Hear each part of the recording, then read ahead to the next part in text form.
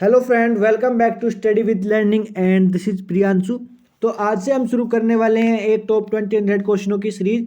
ये जो सीरीज होगी आपके एग्जाम के लिए बहुत ही ज़्यादा इंपॉर्टेंट होने वाली है, चाहे फिर आपका एग्जाम ए सर्टिफिकेट का हो, बी का हो या फिर सी सर्टिफिकेट का। तो आप इन क्वेश्चनों को अटेंड कर लें, क्योंकि इनमें से ही आपके एग्जाम में 90% क्वेश्चन देखने को मिलेंगे। इन टॉप 20 100 क्वेश्चनों की सीरीज को मैंने 4 पार्ट में डिवाइड किया हुआ है, जिसके प्रत्येक पार्ट में हम डेली के 50 क्वेश्चनों को अटेंड करेंगे। वीडियो में आगे बढ़ने से पहले एक बार वीडियो को अपने दोस्तों के साथ शेयर जरूर कर दें, जिससे एग्जाम में उनकी भी हेल्प हो सके। और आप में से अभी तक कुछ लोगों ने मेरे चैनल स्टडी विद लर्निंग को सब्सक्राइब नहीं किया हुआ है, तो प्लीज़ एक बार चैनल को सब्सक्राइब करके बेल आइकन को प्रेस कर लें, जिससे मेरी आने वाली वीडियो का नोटिफिकेशन आपको मिल जाए। अब हम शुरू करते हैं अपनी टॉप 20 100 क्वेश्चन की सीरीज को। इसमें जो हमारा सबसे पहला क्वेश्चन हो जाएगा वो हो जाएगा एनसीसी की स्थापना कब हुई। देखो, जो एनसीसी की स्थापना है वो कब हुई थी, वो 15 जुलाई 1948 में हुई थी। इस क्वेश्चन का आंसर कहीं कहीं किसी बुक में, एनसीसी की जो बुक है उनमें आपको 16 जुलाई 1948 लिखा हुआ भी मिलेगा। अगर आपके एग्जाम में ये क्वेश्चन पूछ ले कि एनसीसी की स्थापना कब हुई थी, तो आप वहाँ पे 15 जुलाई या फिर 16 जुलाई दोनों में से जो मर्जी चाहो वो लिख सकते हो, आपका आंसर सही होगा। ठीक है, अब बात करें क्वेश्चन नंबर 2 के बारे में। एनसीसी का पूरा नाम क्या है। देखो, जो भी कैडेट एनसीसी में होगा उसको इस बारे में तो पता ही होगा कि एनसीसी का पूरा नाम या फिर एनसीसी की फुल फॉर्म क्या होती है। अगर किसी को नहीं पता तो फिर भी देख लेंगे। एनसीसी का पूरा नाम होता है national cadet corps. Question number 3 हो जाएगा, एनसीसी का मुख्यालय या फिर महानिदेशालय कहाँ पर स्थित है। तो जो एनसीसी का मुख्यालय है वो कहाँ पे स्थित है, वो नई दिल्ली में स्थित है। क्वेश्चन नंबर 4 हो जाएगा, हमारे राष्ट्रीय गीत का क्या नाम है, इसकी रचना किसने की थी। जो हमारा राष्ट्रीय गीत है उसका क्या नाम है, उसका नाम है वंदे मातरम। और इसकी रचना किसने की थी, इसकी रचना बंकिम चंद्र चटर्जी ने की थी। इसी के साथ एक क्वेश्चन और है, हमारा राष्ट्रीय गान का क्या नाम है और उसकी रचना किसने की थी। हमारे राष्ट्रीय गान का नाम हो जाएगा जन गण मन, और उसकी रचना रविंद्रनाथ टैगोर ने की थी। क्वेश्चन नंबर 5 हो जाएगा, भारतीय संसद में एनसीसी अधिनियम कब पारित हुआ। क्या जो एनसीसी का अधिनियम है वो कब पारित हुआ था भारत की संसद में, वो सन 1948 में पारित हुआ था। आगे बढ़ते हैं। क्वेश्चन नंबर 6 हो जाएगा, एनसीसी में एयर और नेवल विंग की स्थापना कब हुई। देखो, जो एनसीसी में एयर और नेवल विंग की स्थापना हुई थी वो कब हुई थी। एयर विंग की स्थापना सन 1950 में हुई थी और नेवी विंग की स्थापना 1952 में हुई थी। देखो, इनमें दो दो साल का अंतर है। जो हमारी थल सेना की एनसीसी की विंग है उसकी स्थापना कब हुई थी, उसकी स्थापना हुई थी 1948 में। एयरफोर्स की विंग की स्थापना हुई थी 1950 में, और नेवी विंग की स्थापना हुई थी 1952 में। दो दो साल का अंतर है, तो आप इसको इजी से याद कर सकते हो। क्वेश्चन नंबर 7 हो जाएगा, भारत के पड़ोसी देशों के नाम लिखिए। देखो, जो भारत के पड़ोसी देश है कौन कौन से हो जाएंगे। एक हो जाएगा अफगानिस्तान, बांग्लादेश, भूटान, चीन, मालदीव, पाकिस्तान, म्यांमार, नेपाल और श्रीलंका। ठीक है, अब बात करते हैं क्वेश्चन नंबर 8 के बारे में। भारत की तीनों सेनाओं का मुख्यालय कहाँ स्थित है। जो भारत की तीनों सेनाएं हैं, थल सेना, वायुसेना और नौसेना, उसका मुख्यालय कहाँ पर है, उसका मुख्यालय नई दिल्ली में स्थित है। क्वेश्चन नंबर 9, भारतीय वायुसेना की स्थापना कब हुई थी। देखो, जो भारतीय वायुसेना है उसकी स्थापना कब हुई थी, उसकी स्थापना 8 अक्टूबर 1932 में हुई थी। इसी के साथ एक क्वेश्चन और है, भारतीय वायुसेना दिवस कब मनाया जाता है। भारतीय वायुसेना दिवस 8 अक्टूबर को मनाया जाता है। क्वेश्चन नंबर 10 हो जाएगा, थंब का आदेश कब दिया जाता है। देखो, इस क्वेश्चन को इसने अपने तरीके से पूछ रखा है, लेकिन ये सही तरीका नहीं है इसका पूछने का।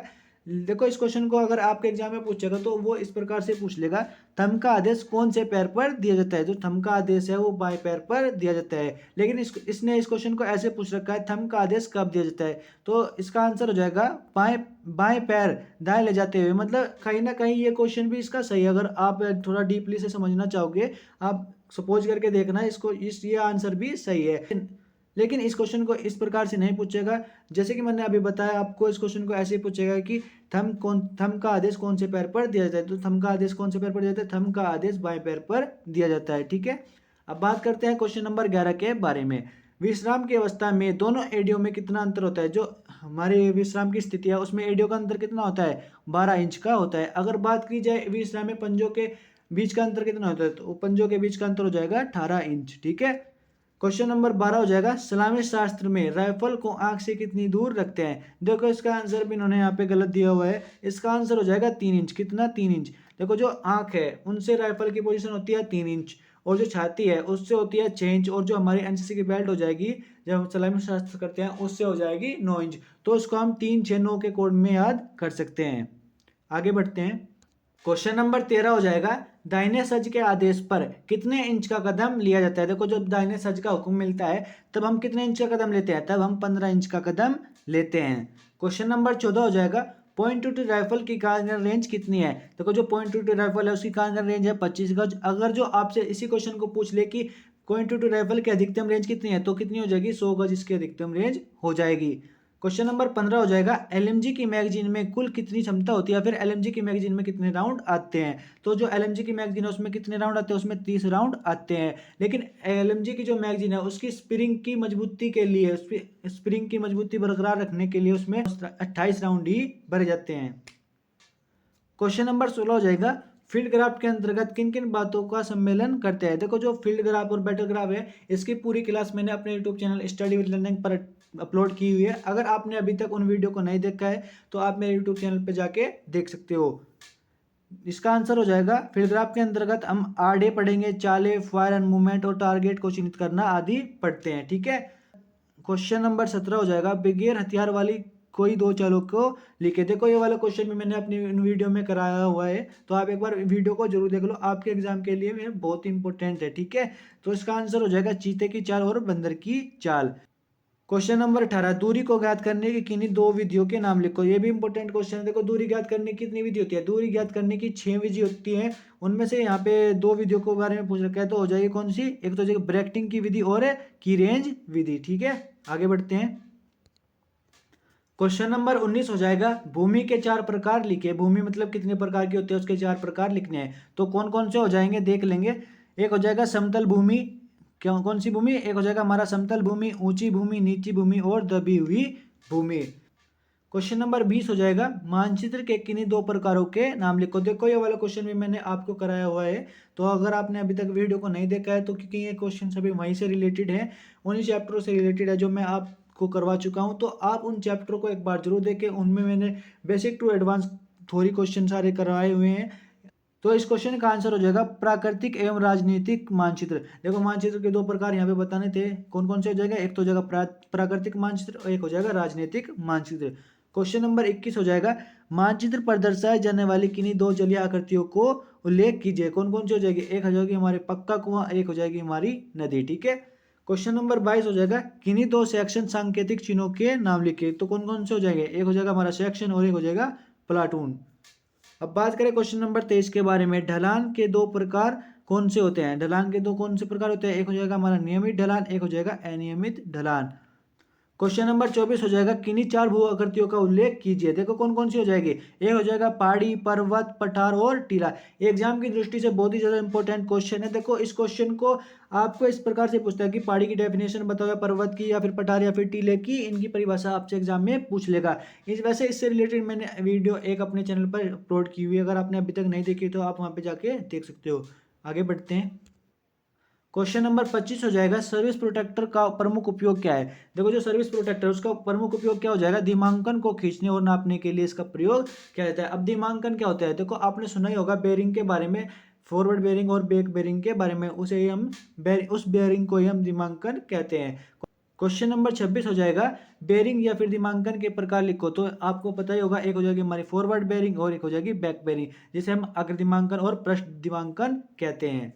क्वेश्चन नंबर 27 हो जाएगा, पर्यावरण प्रदूषण कितने प्रकार के होते हैं, या फिर पर्यावरण प्रदूषण मुख्यतः कितने प्रकार के होते हैं। देखो जो इसका आंसर हो जाएगा वो हो जाएगा वायु प्रदूषण, जल प्रदूषण, मृदा प्रदूषण, ध्वनि प्रदूषण और रेडियोधर्मी किरण प्रदूषण। ये क्वेश्चन एग्जाम की दृष्टि से इंपॉर्टेंट है, हर बार रिपीट होता है। ठीक है, शायद इस बार भी आपसे एग्जाम में पूछ ले। क्वेश्चन नंबर 28 हो जाएगा, वायु में कौन सी गैस होती है, या फिर वायुमंडल में कौन सी गैस होती है। तो कौन कौन सी गैस होती है वायुमंडल में, oxygen, carbon dioxide, nitrogen, ozone और जलवाष्प आदि होती है। ठीक है, आगे बढ़ते हैं। क्वेश्चन नंबर 29 हो जाएगा, परिस्थितिकी तंत्र के दो प्रमुख घटक कौन से होते हैं। तो कौन कौन से हो जाएगा, एक हो जाएगा हमारा जैविक घटक, एक हो जाएगा अजैविक घटक। क्वेश्चन नंबर 30, रक्तस्राव के दो प्रकार कौन से होते हैं। तो कौन से हो जाएगा, एक हो जाएगा आंतरिक रक्तस्राव, एक हो जाएगा बाह्य रक्तस्राव। क्वेश्चन नंबर 31, बेहोशी के कोई दो कारण लिखिए। देखो इस क्वेश्चन के बारे में आपको तो पता ही होगा, बेहोश कब कब होता है। देखो अगर सिर में चोट लग जाए तो हम बेहोश हो जाएंगे, या फिर दिल का दौरा पड़ जाए तब भी हम बेहोश हो जाते हैं। वैसे बेहोशी के बहुत सारे कारण होते हैं, लेकिन यहाँ पे दो पूछे तो हमने यहाँ पे दो बता दिए। क्वेश्चन नंबर 32 हो जाएगा, जलने की स्थिति में घायल व्यक्ति को कौन सा इंजेक्शन दिया जाता है? तो जलने की स्थिति में कौन सा इंजेक्शन दिया जाता है? जलने की स्थिति में मॉर्फिन का इंजेक्शन दिया जाता है। क्वेश्चन नंबर 33 हो जाएगा, हाथ से दिए जाने वाले किन्हीं 4 संकेतों के नाम लिखो। ठीक है, कौन कौन से संकेत हो जाएंगे देख लेंगे। एक हो जाएगा आगे बढ़ का संकेत, दौड़ के चाल, थम और आक्रमण का संकेत हो जाएगा हाथ से। ऐसा नहीं है कि हाथ से यही 4 संकेत दिए जाते हैं, हाथ से बहुत सारे संकेत दिए जाते हैं, लेकिन यहाँ पे 4 पूछे तो हमने यहाँ पे 4 बता दिए। ठीक है, आगे बढ़ते हैं। क्वेश्चन नंबर 34 हो जाएगा, सिंगल फाइल फॉर्मेशन में बाजू किस ओर फैला हुआ होता है? तो बाजू किस ओर फैला होता है? पीछे की ओर फैला हुआ होता है। क्वेश्चन नंबर 35 हो जाएगा, किन्हीं 4 सेक्शन फॉर्मेशनों के नाम लिखो। तो देखो जो सेक्शन फॉर्मेशन होती है वो कितने प्रकार की होती है? ये 6 प्रकार की होती है, मैंने आपको बताया हुआ भी है। तो ये कौन कौन सी हो जाएगी देख लेंगे, इंपॉर्टेंट क्वेश्चन है, आपके एग्जाम में पूछ सकता है। Single file formation, diamond formation, arrowhead formation, ये 6 प्रकार की होती है। यहाँ पे 4 है, तो 2 कौन कौन सी हो जाएगी? एक हो जाएगी स्पेयर हेड फॉर्मेशन और एक एक्सटेंडेड लाइन फॉर्मेशन। ठीक है, क्वेश्चन नंबर 36, फायर आदेश के 3 प्रकारों के नाम लिखो। कौन कौन से हो जाएंगे? एक हो जाएगा योजना आदेश, फायर निर्देश आदेश और फायर नियंत्रण आदेश। ठीक है, क्वेश्चन नंबर 37, रणकायावाद की मूल विशेषताएं कौन सी है, उनके नाम बताओ। तो कौन कौन सी हो जाएंगे देख लेंगे। फायर और चाल परिबोधन आदेश। ठीक है, क्वेश्चन नंबर 38, 2 प्रकार की पेट्रोल्स के नाम लिखो। देखो पेट्रोल्स वगैरह क्या होती है मैंने आपको बताया हुआ है, अगर आपने अभी तक वीडियो नहीं देखी है तो आप, मैंने बोल तो रहा हूँ बार बार आपको, मैंने ये सभी क्वेश्चन अपनी वीडियो में कराए हुए हैं, जितने भी मैंने वीडियो अपलोड किया है जिन टॉपिक से रिलेटेड, इन सब क्वेश्चनों को मैंने उनमें करवाया हुआ है। अगर आपने अभी तक उन क्वेश्चनों को नहीं देखा है, उन वीडियो को नहीं देखा है, तो आप एक बार जरूर उन वीडियो को मेरे चैनल स्टडी विद लर्निंग पर जाकर जरूर देख ले, आपके एग्जाम में वहां से बाहर कुछ नहीं आएगा। ठीक है, क्वेश्चन नंबर 38 का आंसर हो जाएगा, पेट्रोल्स कितने प्रकार के होते हैं? तो पेट्रोल 2 प्रकार की होती है, रेक्की पेट्रोल, प्रोटेक्टिव पेट्रोल। अब देखो यहाँ पे इन्होंने यही बता दिया कि रेक्की पेट्रोल, प्रोटेक्टिव पेट्रोल कितने प्रकार के होते हैं, लेकिन इनकी जो थ्योरी है वो मैंने उन वीडियो में कराई हुई, तो आप उनको जरूर देखिए। ठीक है, वैसे मैं उनका लिंक डिस्क्रिप्शन में भी दे दूंगा। आगे बढ़ते हैं। क्वेश्चन नंबर 39, मनुष्य के शरीर में कुल कितनी अस्थियां होती है? तो इसके बारे में आपको पता ही होगा, 206 मनुष्य के शरीर में अस्थियां होती है। क्वेश्चन नंबर 40 हो जाएगा, प्रमुख पाचन अंग कौन से होते हैं? तो ये तो आपको पता ही होगा, मुख हो जाएगा, ग्रीष्णी हो जाएगी, ग्रीष्णाल हो जाएगा, आमाशय हो जाएगा, ग्रहणी हो जाएगी, छोटी बड़ी आंत हो जाएगी, इसी के साथ अग्न्याशय भी एक हो जाएगा। क्वेश्चन नंबर 41 हो जाएगा, रुधिर परिसरण तंत्र के प्रमुख अंग कौन से होते हैं? कौन कौन से हो जाएंगे? एक हो जाएगा हमारा हृदय, फेफड़े, महाधमनी, धमनियां, शिराएं और कोशिकाएं। ठीक है, क्वेश्चन नंबर 42 हो जाएगा, स्वस्थ वयस्क के हृदय की धड़कन 1 मिनट में कितनी बार होती है? या फिर ये भी कह सकते हैं कि एक स्वस्थ व्यक्ति के 1 मिनट में दिल जो है वो कितनी बार धड़कता है? तो वो 72 बार धड़कता है। ठीक है, क्वेश्चन नंबर 43 हो जाएगा, भोजन के प्रमुख तत्व कौन कौन से होते हैं? तो कौन कौन से हो जाएंगे? कार्बोहाइड्रेट, प्रोटीन, वसा, खनिज लवण, विटामिन, जल और शर्करा आदि होते हैं। ठीक है, क्वेश्चन नंबर 44 हो जाएगा, विटामिन सी की कमी से कौन सा रोग होता है? जो विटामिन वगैरह के क्वेश्चन है, मतलब कौन सी विटामिन से कौन सा रोग होता है, इससे रिलेटेड क्वेश्चन आपके एग्जाम में बनता है, तो आप इन विटामिनों से रिलेटेड क्वेश्चन एक बार पढ़ के जाएं। तो विटामिन सी की कमी से कौन सा रोग होता है? विटामिन सी की कमी से स्कर्वी रोग होता है। आगे बढ़ते हैं। क्वेश्चन नंबर 45 हो जाएगा, हमारे शरीर में लगभग कितने प्रतिशत जल है? तो आपको पता ही होगा 70% हमारा जो शरीर है वो जल से बना हुआ है। क्वेश्चन नंबर 46, वायु द्वारा फैलने वाले किन्हीं 4 रोगों के नाम लिखो। तो वायु के द्वारा कौन कौन से रोग फैलते हैं? एक हो जाएगा चेचक, खसरा, निमोनिया और डिपोथीरिया। कौन सा? डिपोथीरिया। क्वेश्चन नंबर 47 हो जाएगा, किन्हीं 2 एंटीसेप्टिक दवाइयों के नाम लिखो। कौन कौन सी हो जाएगी? एक हो जाएगी टिक्चर, एक हो जाएगी आयोडीन। अब बात करें क्वेश्चन नंबर 48 के बारे में, डायबिटीज रोग किसकी कमी से होता है? डायबिटीज जो रोग है वो किसकी कमी से होता है? वो इंसुलिन की कमी से होता है। क्वेश्चन नंबर 50 हो जाएगा, एड्स का पूर्ण रूप क्या है? या फिर एड्स की फुल फॉर्म लिखो। देखो इस क्वेश्चन को बार बार एग्जाम में पूछता है, मतलब इसकी जो फुल फॉर्म वगैरह आपके एग्जाम में पूछ लेगा। तो एड्स की फुल फॉर्म क्या हो जाएगी? एड्स की फुल फॉर्म हो जाएगी एक्वायर्ड ह्यूमन डिफरेंशियरी सिंड्रोम। ठीक है, क्वेश्चन नंबर 51 हो जाएगा, एड्स रोग का एक प्रमुख कारण लिखिए। देखो जो 51वां क्वेश्चन है वो एड्स से रिलेटेड था, क्योंकि 50वें क्वेश्चन से रिलेटेड था, तो इस क्वेश्चन को मैंने इस वीडियो में ले लिया है। ठीक है, देख लेंगे इसको भी। HIV नामक वायरस शरीर में संक्रमण हो जाना, मतलब जो HIV वायरस है उसके कारण एड्स रोग होता है। ठीक है, अगर आपको वीडियो अच्छी लगी हो तो एक बार वीडियो को अपने दोस्तों के साथ शेयर कर दो, वीडियो को लाइक कर दो। अगर आप मेरे चैनल पे न्यू हो तो चैनल को सब्सक्राइब करके बेल आइकन को प्रेस कर लो, जिससे मेरी आने वाली वीडियो का नोटिफिकेशन आपको मिलता रहे।